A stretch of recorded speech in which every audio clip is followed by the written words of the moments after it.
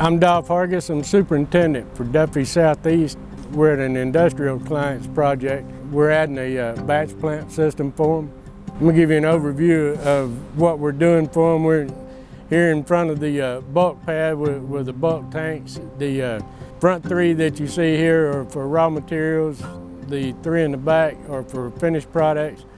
From the rail car that comes over, we have three lines that go in this trench. They'll come down, come across, and then they go up to the structural steel that carries all the pipeline for us. And then the pipe from the rail car, it comes across structural steel, comes over to each tank individually. We have, it's a product that go in these tanks that are insulated and pulls from these tanks into the batch plant that goes across on the other side over here. This is the first phase. They designed in the capability for a second phase for future use. And all the infrastructure will already be in. We'll just have to add more tanks as they grow. One of the big challenges at the very beginning was bringing the bulk tanks in. They're 37 feet tall, 12 feet in diameter, and just logistically moving them around the site. This is an operating facility that we have to accommodate them daily, and so we don't interrupt their operation.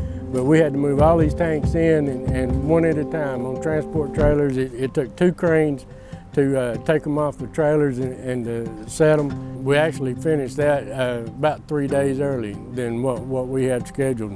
You can see how tight everything is here to work. This is all daily operations that they have to keep going. All of this down here is daily operations. We have to be able to work everything that we need inside of an area this tight. Where we're going now, this is the inside of the batch plant.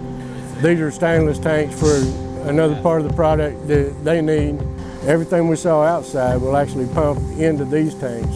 This is our air system over here. Everything, all the controls are pneumatic, which means they operate on the air pressure and electronics.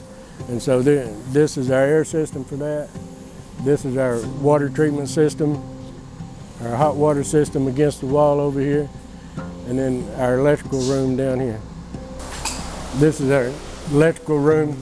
It's the brain for the whole plant. This is, we've got control panels that'll go in here. Each valve that you saw outside and each valve on every tank, every pump is electronically controlled. So they'll be, once it's finished, then they'll be able to run everything from a computer. As you can see from just a quick overview, planning and engineering for a project like this is really complex. It took lots of time and lots of work just to get us to this point. And trying to do a project like this while we're keeping the plant operating with their employees working around us, watching for them, is lots of challenges.